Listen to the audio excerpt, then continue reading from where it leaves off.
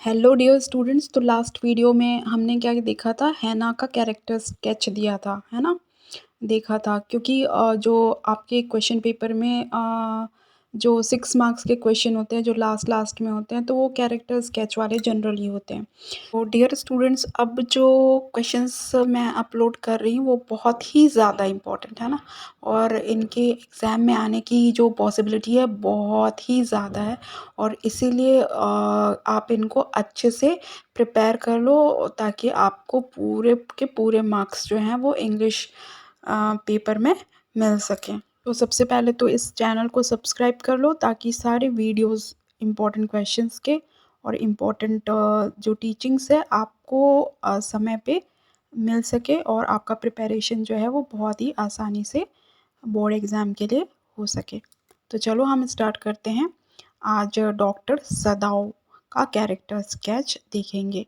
तो डॉक्टर सदाओ कौन थे? आप सबको पता है कि डॉक्टर सदाओ क्या कौन थे। एक फेमस सर्जन थे, है ना। एक डॉक्टर थे और एक साइंटिस्ट भी थे जापान में। तो doctor Sadao was a famous surgeon and scientist in Japan.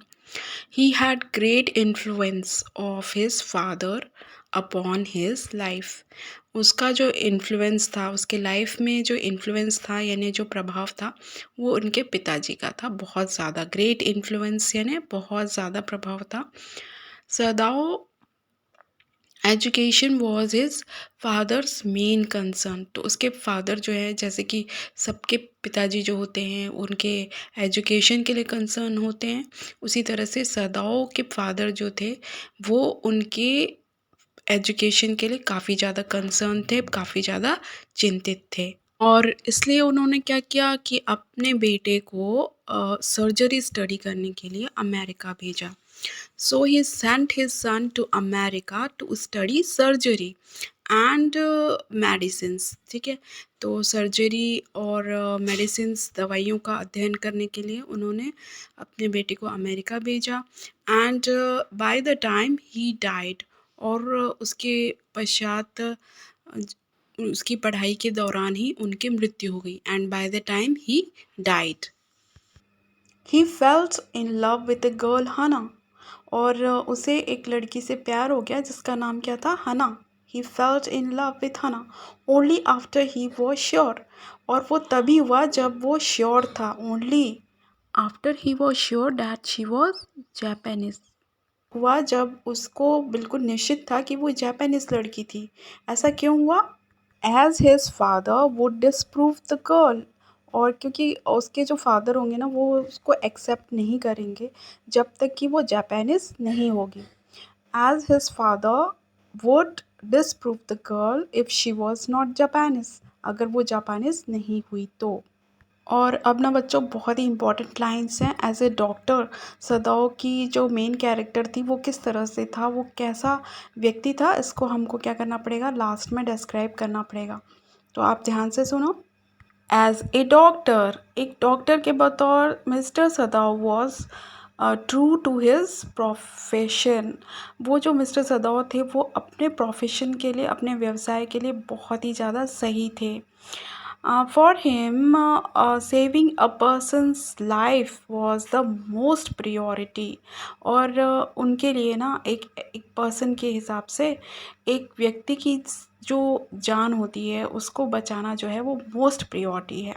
Saving a person's life, एक व्यक्ति की लाइफ बचाना बहुत ज़्यादा इम्पॉर्टेंट है, प्रियोरिटी है, बहुत ज़्यादा इम्पॉर्टेंट है, सबसे पहले आती है। प्रियोरिटाइज़ करना यानी किसी भी काम को पहले रखना।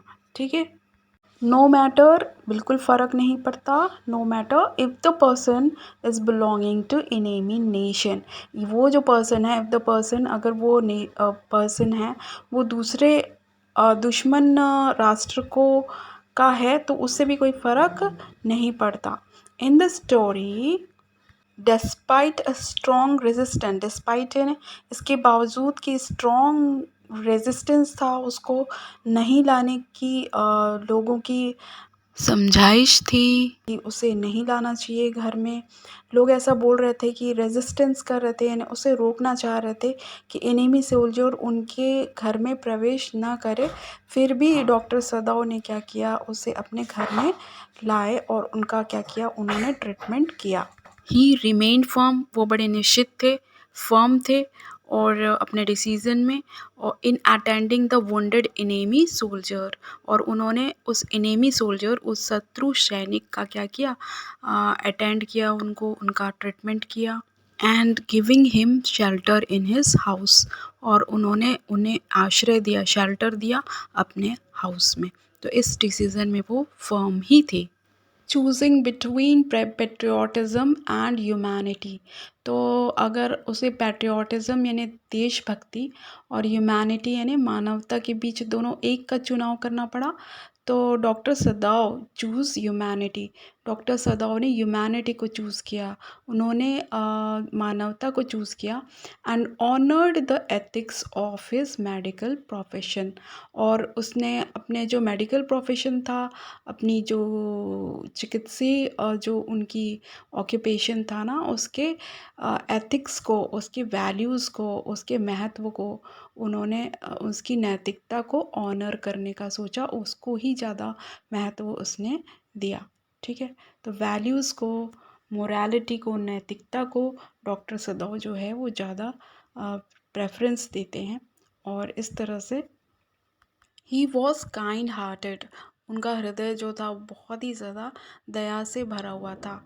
ही was kind hearted to let the prisoner, कि वो जो थे, वो जो कैदी था, उनको उन्होंने जाने दिया टू फ्रीडम, उसको उन्होंने स्वतंत्र कर दिया। ठीक है, तो इस तरह से डियर स्टूडेंट्स, डॉक्टर सदाव जो था वो बहुत ही मॉरली एक स्ट्रॉन्ग पर्सन थे, और बहुत ही इंटेलेक्चुअल थे, और पेशेंट को बहुत ही अच्छे से वे ट्रीटमेंट देते थे। और जब तक कि वो पेशेंट को अटेंड करते थे, यहाँ तक कि वो दुनिया के बारे में भी भूल जाते थे, क्योंकि वो जो थे वो ह्यूमैनिटी को सबसे ऊपर मानते थे, मानवता को बहुत ज़्यादा ऊपर मानते थे। ठीक है, तो ये था डॉक्टर सदाव का कैरेक्टर स्केच। होप स्टूडेंट्स कि आप लोगों को ये अच्छे से समझ में आ गया होगा, और आप लोग इसे काफ़ी अच्छे से अपने आंसर कॉपी में लिख भी सकेंगे। तो नेक्स्ट वीडियो के लिए हम मिलते हैं, तब तक के लिए thanks for watching, and don't forget to subscribe the channel. So till then, goodbye and good luck from One Hit Classes.